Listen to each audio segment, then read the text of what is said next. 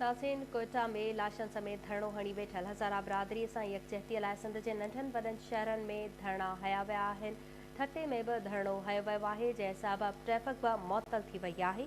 इन हवाले सां वधीक तफ़सील मालूम कंदासीं। असांखे वीडियो लिंक ते जॉइन कयो आहे KTN न्यूज़ रिपोर्टर महबूब बिरोही। जी महबूब, धरणे बाबति वधीक कहिड़ा अपडेट्स आहिनि?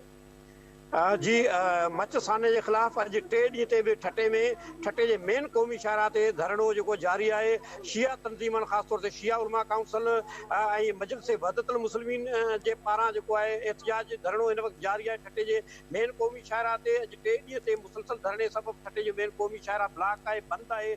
मुतबादल तौर ते ठटे जी रूट है ठटो हैदराबाद कराची उन्हनि खे बाईपास तां मोड़ियो पियो वञे, पर ठटे में इन वक्त थोड़ी देर अग में शान जुमा बारगाह तां हिकु वॾो एहतजाजी मुज़ाहिरो करे धरणे वारे हंध ते शिया तंजीम जा कारकुन अॻवान पता उन सां गॾोगॾु औरतूं ऐं ॿारड़ा बि निकिरी आया। अॼु ॿार ठटे जे ईदी सेंटर खां जेको आहे धरणे वारे हंध ताईं एहतजाजी रैली कढी। धरणे में ॿारनि ऐं औरतुनि बि शिरकत कई आहे।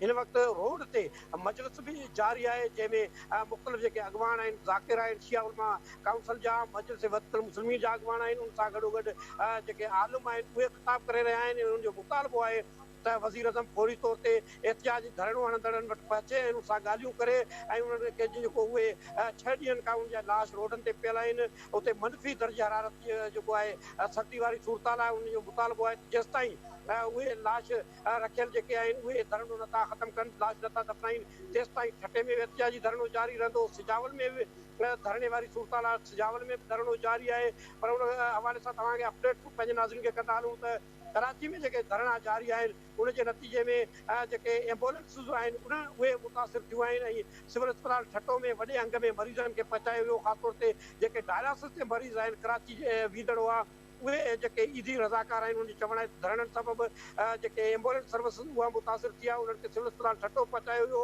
त सिविल अस्पताल ठटे में जेके डायलिसिस यूनिट आहे उते सभई जेके बेड उहे भरिजी विया। केतिरनि मरीज़नि खे परेशानी जो मोड़ ॾिसणो पियो ऐं 30 खां मथे मरीज़ जहिड़ा डायलिसिस जा जेके इंतहाई गणती जोगी हालत में आंदा विया, जिन खे बाद में अस्पताल इंतज़ाम है ख़ासि तौर ते डॉक्टरनि राब्तो करे इंडस जेका बदीन जी अस्पताल आहे उन मुतबादल तौर ते उन तरफ़ रवानो कयो उन्हनि खे। पर हाणे मरीज़नि जो अंग जेको आहे ठटे जे सिविल अस्पताल ते वधी रहियो आहे, छाकाणि जो कराची हैदराबाद समेत मुख़्तलिफ़ हंधनि ते जेके धरणा आहिनि उनजे करे जिते ट्रैफिक मुतासिर पई थिए उते मरीज़नि खे अस्पतालनि ॾांहुं पहुचाइण में बि जेको ईदी रज़ाकार ॿुधाइनि था त या एम्बुलेंस रज़ाकार ठटे जे अमन एम्बुलेंस सर्विस जा जेके कारकुन ॿुधाइनि था त उन्हनि जूं जेके एम्बुलेंस सर्विस आहिनि उहा मुतासिर थिए पई। तंहिं करे मरीज़नि खे ठटे जे ज़िले हेडक्वार्टर वारी अस्पताल सिविल अस्पताल ठटो पहुचायो पियो वञे। पर उते सहूलियतुनि जी खोट आहे ऐं जेके डायलिसिस यूनिट आहे उनमें सिर्फ़ु 8 बेड आहिनि, वधीक गुंजाइश न आहे, जंहिं करे मरीज़नि खे ॿियनि हंधनि ते रेफर कराइणो पए थो। ऐं अॼु 8 खां 10 मरीज़ अहिड़ा हुआ जेके उन्हनि जी हालत गणती जोगी हुजण जे करे उन्हनि खे बदीन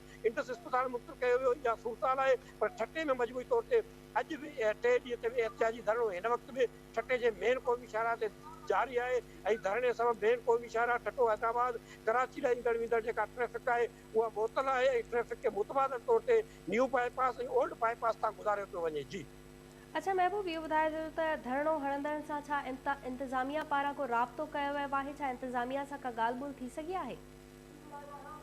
जी ठटे में जेको धरणो आहे अॼु 4 ॾींहं धरणो आहे, धरणो जारी आहे, पर कंहिं बि ज़िले इंतिज़ामिया जो को बि अमलदार धरणे वारनि सां ॻाल्हि ॿोल न कई आहे।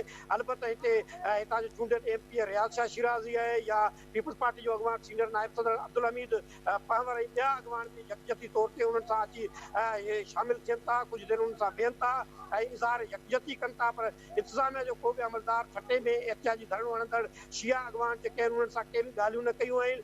शिया अॻवान जो चवणु आहे त उनजो धरणो जेसिताईं जारी रहंदो, जेसिताईं कोयटा में जेको धरणो आहे जेके लवाकिन आहिनि जेके लाशनि समेत वेठल आहिनि जेसिताईं लाश नथा दफ़नाया वञनि, जेसिताईं जो कोयटा जो धरणो ख़तमु नथो थिए तेसिताईं ठटे में जेको आहे धरणो उहो बरक़रार रहंदो। जी जेसिताईं लाश दफ़नाया नथा वञनि तेसिताईं धरणो जारी रहंदो। महबूब बिरोही तफ़सील ॿुधाइण लाइ तव्हांजी वॾी महिरबानी। नाज़रीन मूंखे ॿुधायूं पिया कोयटा में लाशनि समेत धरणो हणी वेठल हज़ारा बिरादरी सां यकजहतीअ लाइ सिंध जे नंढनि वॾनि शहरनि में धरणा जारी आहिनि।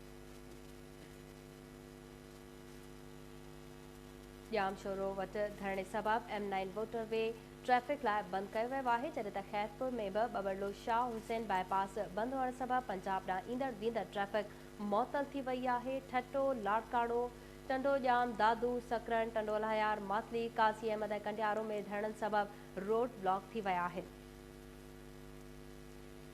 मीरपुर ख़ास सिंधड़ी उमरकोट डिगरी लालू राइंग मदेची खैबर कंबर ठरी मीरवा नसीराबाद खडड़ो वाही पांदी चंबड़ कुंडरी नसरपुर ऐं ॿियनि शहरनि में बि धरना जारी आहिनि जॾहिं त ट्रैफ़िक जी रवानी बि तमामु घणी मुतासिर थी आहे।